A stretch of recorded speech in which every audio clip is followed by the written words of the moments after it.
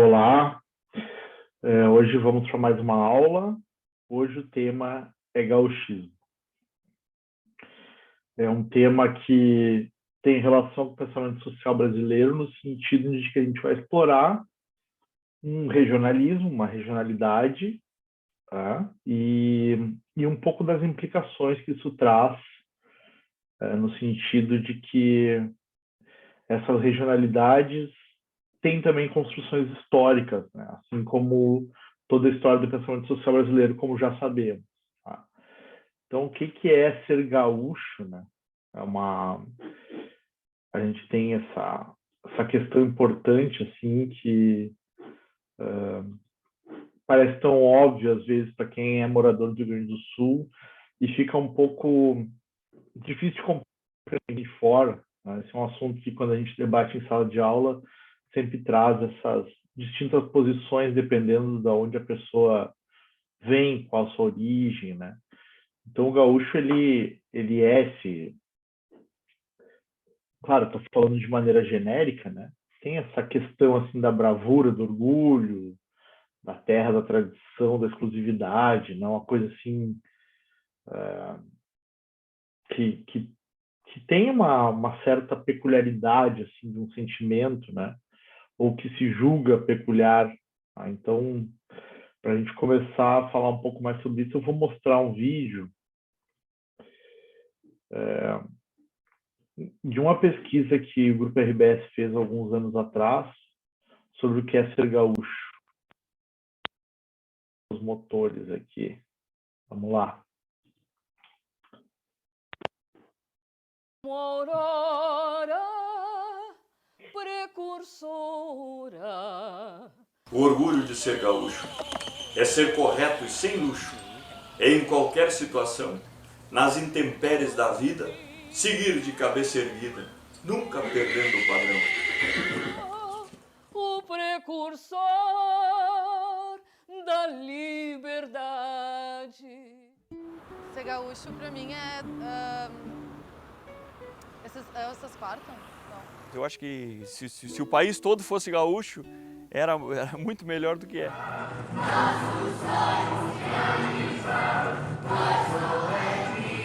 Primeiramente, ser gaúcho para mim é motivo de muito orgulho, né? Por carregar comigo o sangue de um povo guerreiro. Mostremos valor, constância. Essas coisas que vão passando de geração em geração. Educação, afago, essa troca com o chimarrão. Acho que isso tem muito a ver com o gaúcho. Pra mim, ser gaúcho é resistência, lutar contra todo esse machismo, esse desrespeito, LGBTfobia, essa cultura retrógrada, de ter orgulho de ser gaúcho. Ser gaúcho também é não ser gaúcho, mas é tão ridículo falar isso. Não me ofende do cara assim me chamar de grosso por estar de bombacha, mas só não veja o seguinte, se você está respeitando, tudo é válido. Entendeu? Porque você tem que respeitar todas as pessoas. Eu não posso obrigar você a gostar, a seguir as tradições gaúchas. Eu não posso exigir que você ame o Rio Grande do Sul da maneira que eu amo o Rio Grande do Sul. Eu particularmente não sigo, né? Não vou em CTGs e tal, assim. Eu respeito quem gosta. Me identifico com algumas coisas que eu não gosto, como em qualquer outra tradições e tal, culturas. Mas seguimos todos juntos aí. Sirvam nossas façanhas de modelo a toda a terra.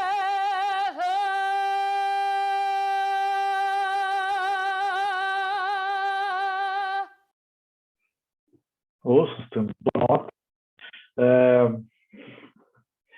Aqui tem um pouco mais sobre a pesquisa, né? Olha aqui. Eles identificaram 5 perfis nessa pesquisa. Estão aqui. São as personas, né? Fiel, raiz, não praticante, exportação e desapegado. Qual vocês acham que é o mais importante? Fiel, 35% das pessoas, fortemente influenciado pelas tradições regionais e religiosas associadas ao gaúcho. mais do que as tradições, prega o tradicionalismo e o nativismo como princípios gaúchos, tá? Somado ao segundo perfil, que é o gaúcho raiz, ligado às tradições mais dissociadas da religião, vivência no cotidiano com o chimarrão, churrasco, as músicas, trajes típicos e orgulho linguajar gaúcho. As festas ligadas ao território e aos fatos da região da quase metade das pessoas. Aí tem o gaúcho não praticante, que reconhece, o gaúcho exportação, vem dos costumes, não mais da tradição, e o gaúcho desapegado, que não reage a isso. Obviamente, os perfis mais alinhados à cultura gaúcha são bastante conservadores, né? A pesquisa mostra, por exemplo, claro, inclinações políticas conservadoras, mostra opiniões contrárias a temas bem comuns desses debates entre liberalismo e conservadorismo, como, por exemplo, posições sobre aborto e a descriminalização da maconha, né? Que obviamente são contrários, etc. Né?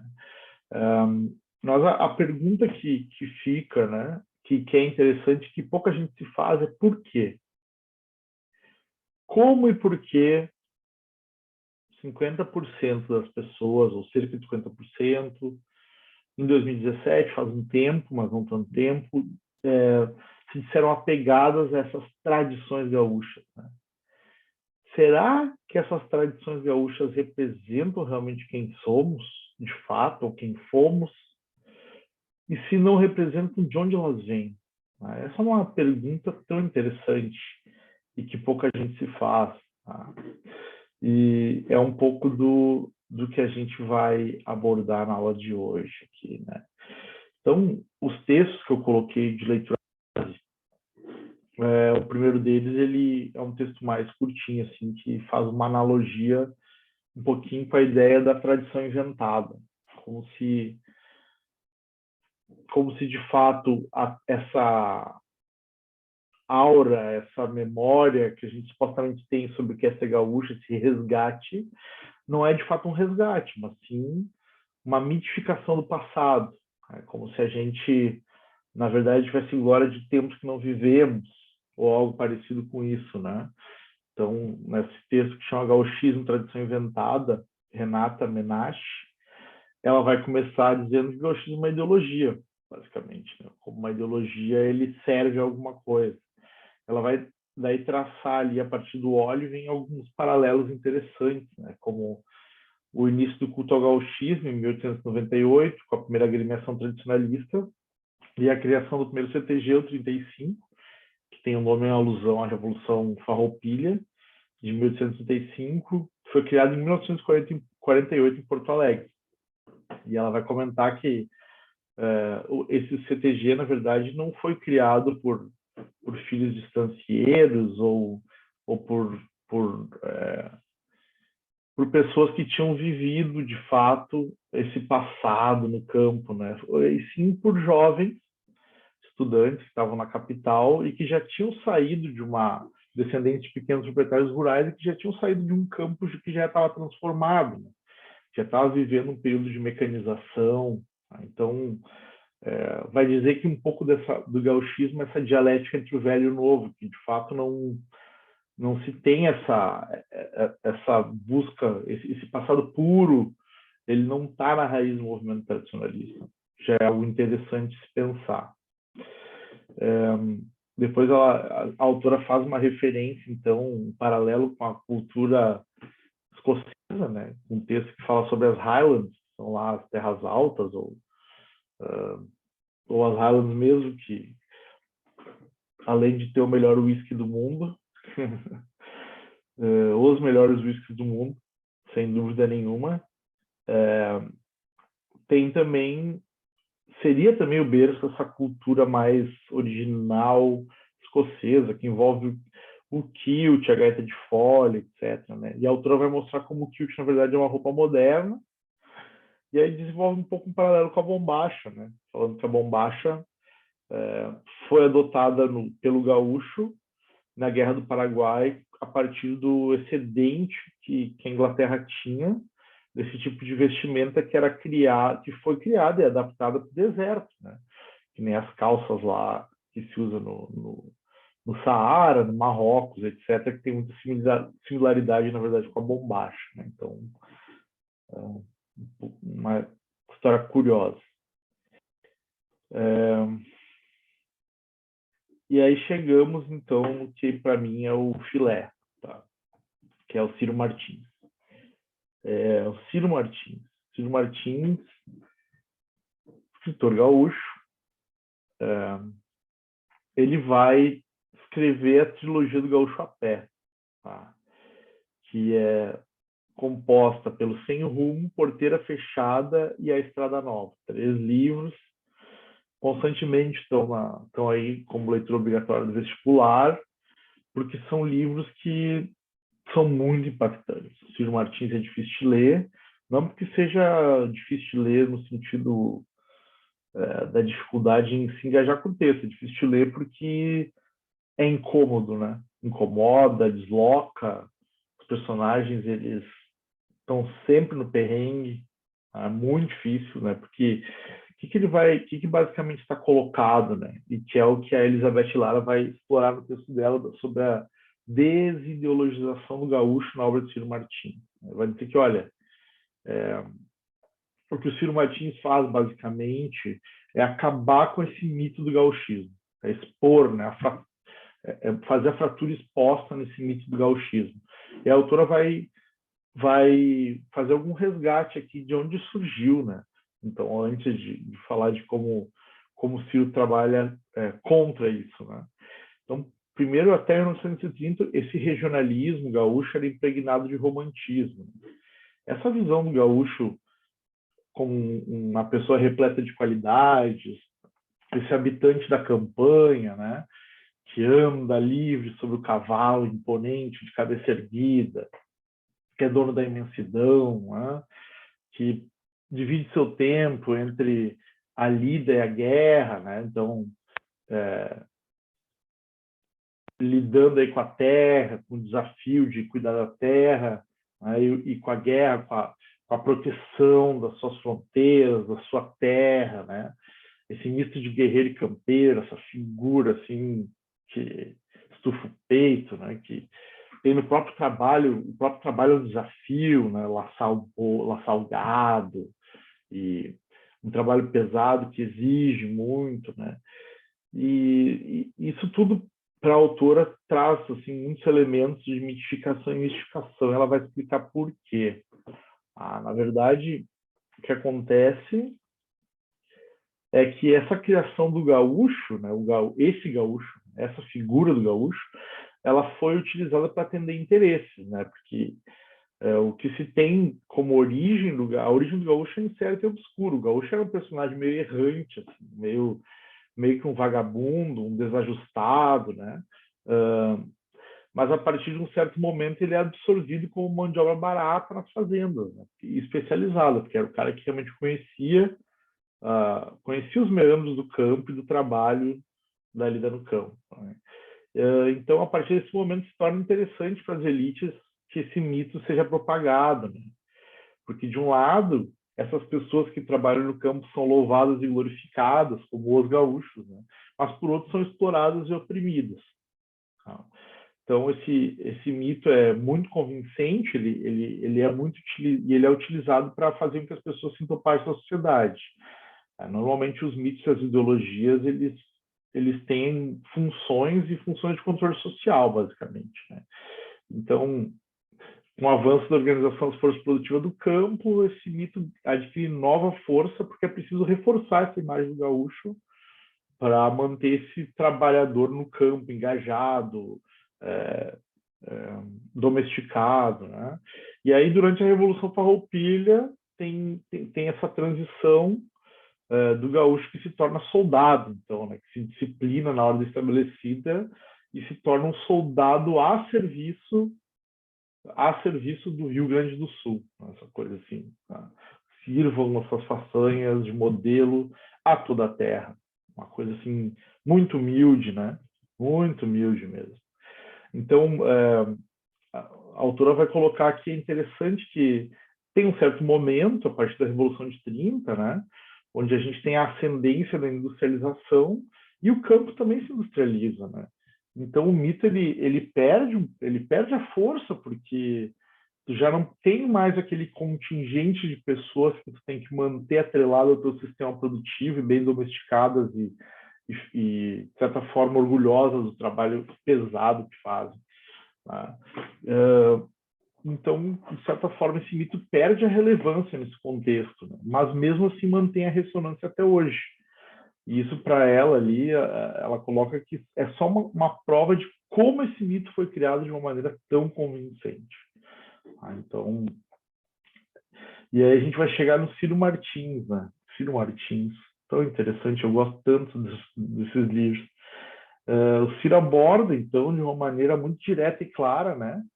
Um outro aspecto, um outro momento, digamos assim. Ele vai trabalhar em oposição àquela literatura que fez parte desse rescaldo que criou essa figura do gaúcho, como eu já narrei, como transita no senso comum, né, como Paixão Cortes, como essas figuras assim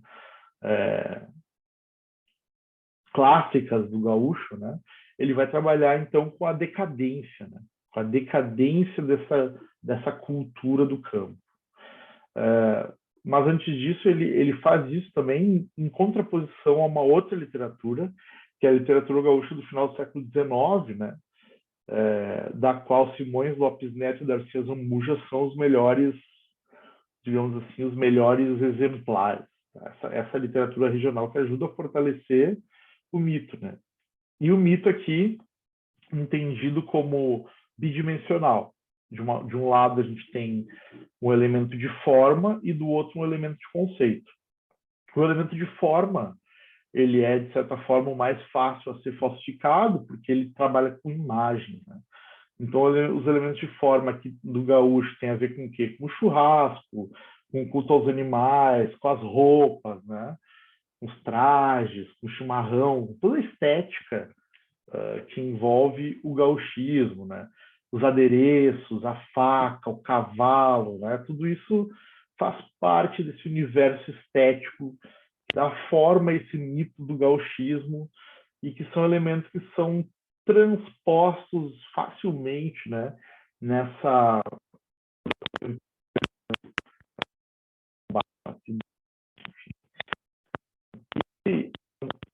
essa dimensão do mito é mais fácil. Vão ficar no sentido de que mais agora o conceito é mais complexo, né? Porque a questão do é uma dimensão um pouco mais íntegra, um pouco mais sutil, um pouco mais aparente. A gente tem um galo, a gente corta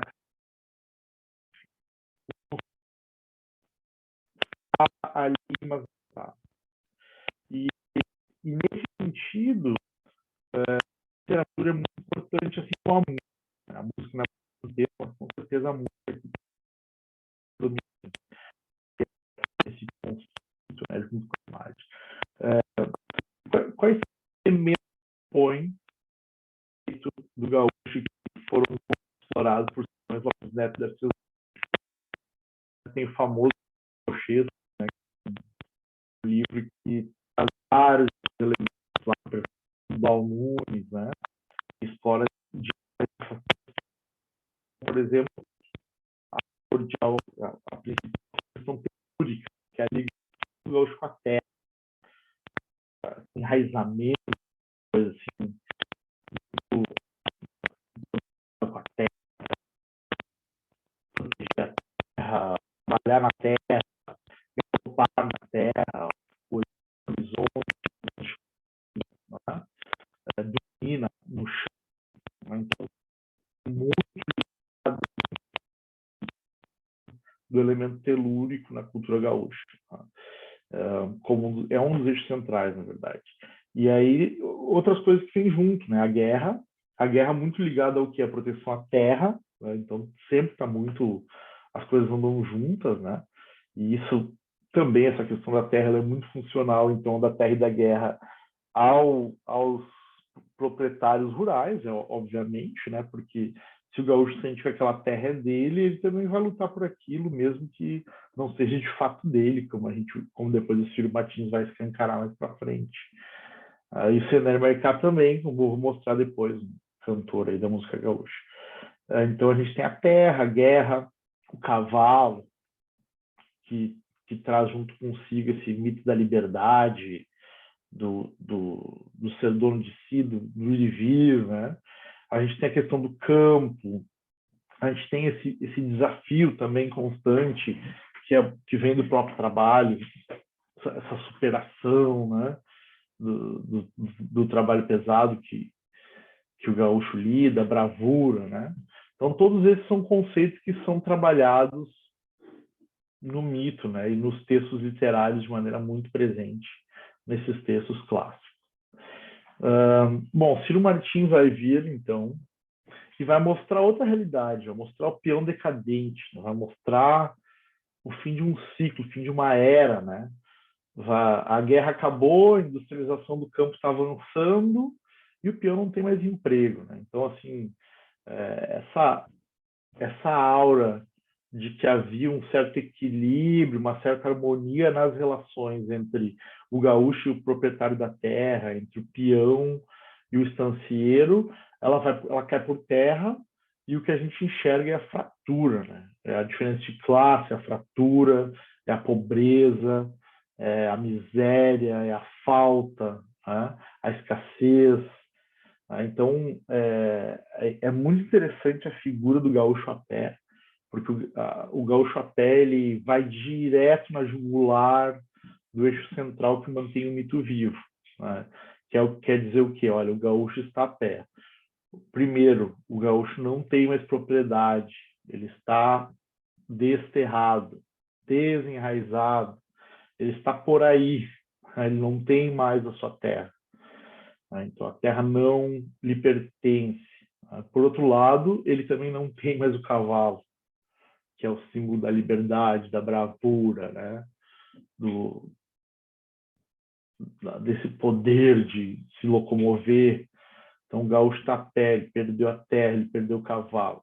Então, nos primeiros 2 livros da trilogia, que é o Sem Rumo e o Porteira Fechada, ele vai trabalhar, na verdade a trilogia ela vai avançando, né? O Sem Rumo ele é assim, essa história do Chiru que sai do campo e meio que se perde no nada e vira um ninguém, assim, uma pessoa que está sempre fugindo, sempre se deslocando e em constante peregrinação do nada para lugar nenhum. E o Porteira Fechada, aí já do João Guedes, que é um livro muito interessante que para mim foi sempre o mais impactante, foi o mais impactante, segue sendo. Começa com a morte do João Guedes e durante o seu enterro vai se desenvolvendo uma narrativa sobre a vida miserável que ele teve, né? Desde a sua expulsão do campo até a sua chegada na cidade, né? Porque o Ciro Martins representa muito esse êxodo rural também. Essas pessoas que não têm mais o que fazer, que vão para os cinturões das médias e grandes cidades do interior, né? As maiores que tem, e deixam de ser peões do campo para se tornar pobres nas periferias dessas cidades. E problema com bebida, com jogo, vício, prisão, né? Todo tipo de desgraça possível e imaginável. Então vamos assistir aqui um vídeo que é sobre das leituras obrigatórias do vestibular, que fala um pouquinho sobre Porteira Fechada. Vamos lá. Onde está você? Aqui.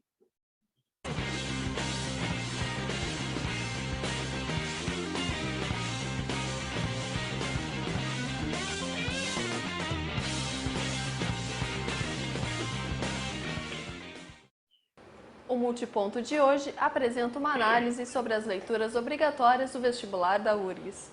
Entre as obras escolhidas está o livro Porteira Fechada, que faz parte da trilogia do Gaúcho a Pé, escrita por Ciro Martins. Publicado em 1944, Porteira Fechada retrata uma face diferente do gaúcho, a do trabalhador que substitui a vida no campo por uma vida marginalizada na cidade. Existem muitos escritores que eu chamaria de escritores construtores de imaginário ou até de mitos, e outros que têm uma tarefa mais dura, mais árdua e às vezes até mais ingrata, que são os desconstrutores de mitos. E o Ciro Martins está nessa categoria. Entre os tantos livros que ele escreveu está a chamada Trilogia do Gaúcho a Pé. E essa Trilogia do Gaúcho a Pé, ela não conta a história do gaúcho centauro dos Pampas, a cavalo, feliz, em grandes batalhas. Não, ela conta a história do êxodo rural. Ela conta a história do gaúcho que perde seu lugar no campo e precisa migrar para a periferia das pequenas cidades e viver em condições subhumanas. Então, uma história triste, uma história melancólica, uma história que nos pega a contrapé. O Ciro, ele faz uma literatura dura, e essa literatura é feita para causar uma certa resistência. Ó, o negócio não é tão agradável assim, né? Então, uma coisa que eu sempre digo para os alunos é assim, se você está querendo queimar o livro do Ciro, né, a cada 20, 30 páginas, você está sentindo aquilo que o Ciro também queria que tu sentisse, né? Por quê? Porque não é para ser agradável, é para mostrar esse processo de, poxa, existe o pobre, existe o desvalido. Porteira Fechada é a gente poderia dizer assim, o atestado de óbito de uma cultura, de uma época, de uma maneira de viver, de pessoas que vão ser expulsas do seu habitat, do seu imaginário, que vão inchar as periferias dessas pequenas cidades e que, obviamente, não vão encontrar saída, a não ser no apodrecimento pessoal, na miséria, no alcoolismo, no roubo e, por fim, vão morrer nesse estado. O Guedes, ele é impelido a essa condição um pouco pela ganância, um pouco pela modernização, um pouco, né, e é um livro cheio de contraste, porque ao mesmo tempo que existe uma modernização que vai fazer a aglutinação dos campos, a forma de pecuária ainda é tradicional e é justamente por isso que eu preciso daquelas terras para botar o gado em invernada. Então, o Ciro está mostrando realmente isso, mostrando que existe todo um outro lado do Rio Grande do Sul que não é grandioso, que não é valoroso, que não é digno ou que pelo menos não nos causa aquele sentimento de orgulho de sirvam nossas façanhas de modelo a toda a terra. O Ciro teve essa capacidade de olhar o seu mundo, de descrevê-lo, de sentir as dores dessas pessoas e traduziu isso com perfeição, com uma linguagem absolutamente simples. Ciro Martins, a não ser um outro termo mais, digamos assim, do jargão, enfim, do vocabulário da campanha, qualquer um lê e não tem dificuldades. Bom,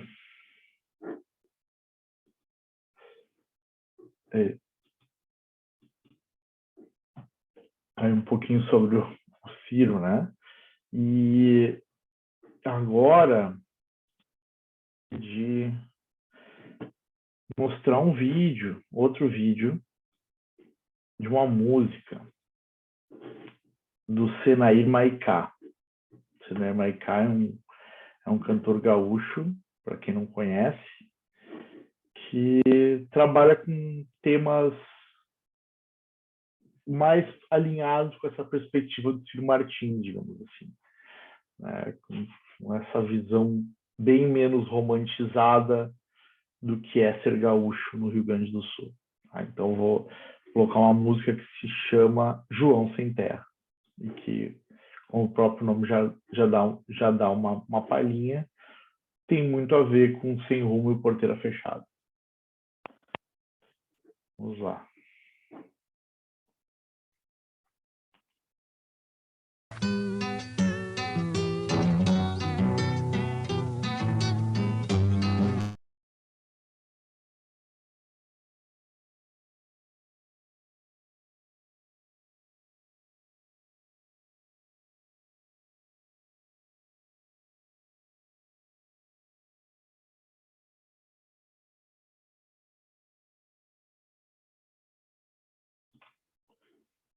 Vamos lá, problema técnico resolvido.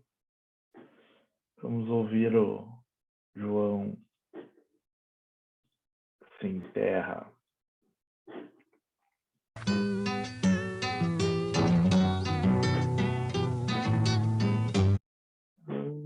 Não.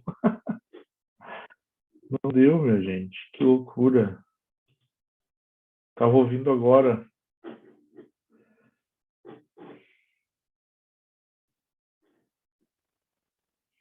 Agora vai.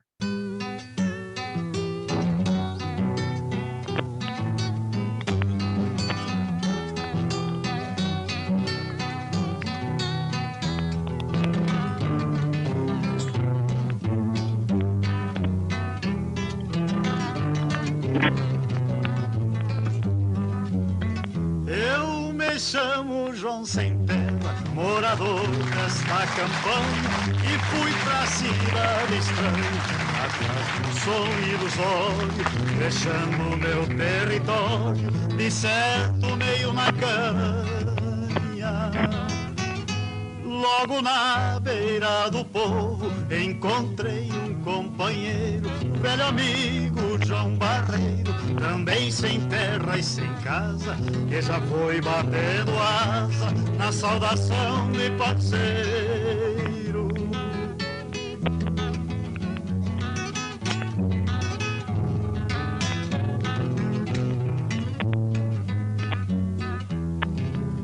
Uma figueira, um terreno solito e abandonado, ergui o meu rancho tonado num chão que era de ninguém.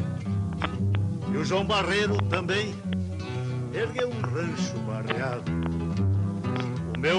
O lombo da terra, parceira que nós arrima, o dele aquela obra-prima feita com a asa e o bico, igual palácio de rico me olhando de lá de cima. Mal ficou pronto o meu rancho, já me pediram a escritura, alvarás de prefeitura e guias do INPS, mas não mexerão, parece, com meu irmão das alturas. Ainda bem que o João Barreiro não precisa de alvará, não paga o BNH e usa o barro brasileiro. Mas te cuida, João Barreiro, que os homens vão te pegar.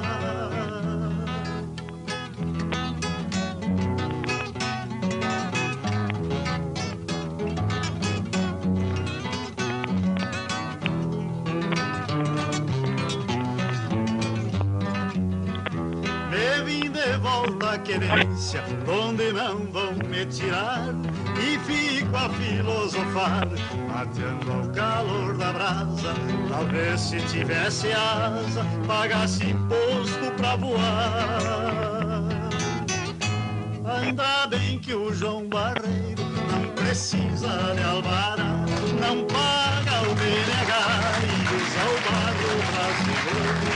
Mas te cuida, João Barreiro, que os homens vão te pegar.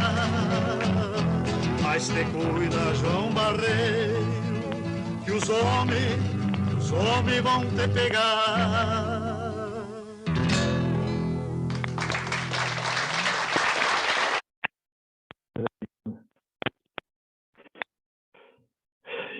Pois é, pessoal. Pois é. Quem é esse gaúcho, então? Quem é o gaúcho? Que gaúcho é esse? Seremos o guerreiro dos pampas, intrépido em seu cavalo?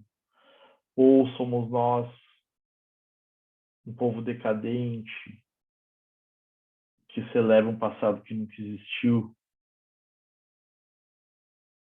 Que valores são esses que nos construíram? E até que ponto eles ainda nos servem frente a tantas dificuldades que enfrentamos hoje na construção desse Estado? E essa crise sem fim, moral, política, econômica, em todas as outras dimensões possíveis e imagináveis. Não sei a resposta, tenho a minha, vocês que encontrem a sua. Para terminar, mais um Senair Maiká. E eu já deixo o meu adeus E vamos agora ouvir Homem Rural.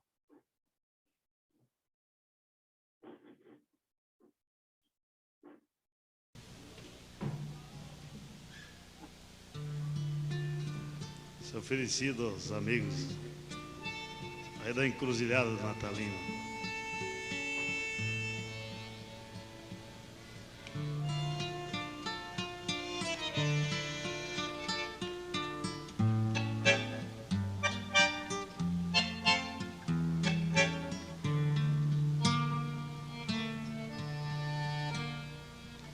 Trabalhando, trabalhando, não viu a vida passar, o suor que regou a terra, nem sementes viu brotar. Trabalhando, esperando, enfrentando chuva e sol, enxada na terra alheia, nunca traz dia melhor. Assim a geada dos anos foi lhe branqueando a melena, e este homem rural hoje é peão de suas penas. E este homem rural hoje é peão de suas penas.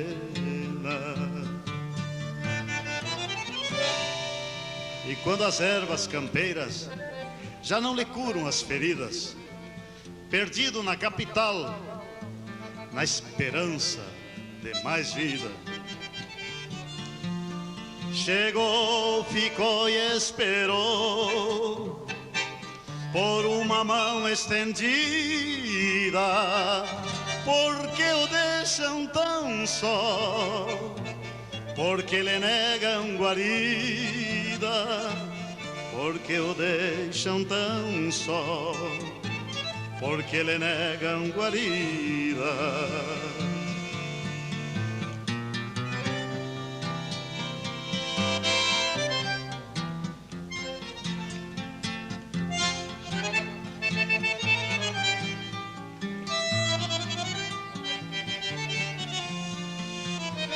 De que vale tanta ciência para um pobre agricultor, quando a própria previdência o esqueceu num corredor?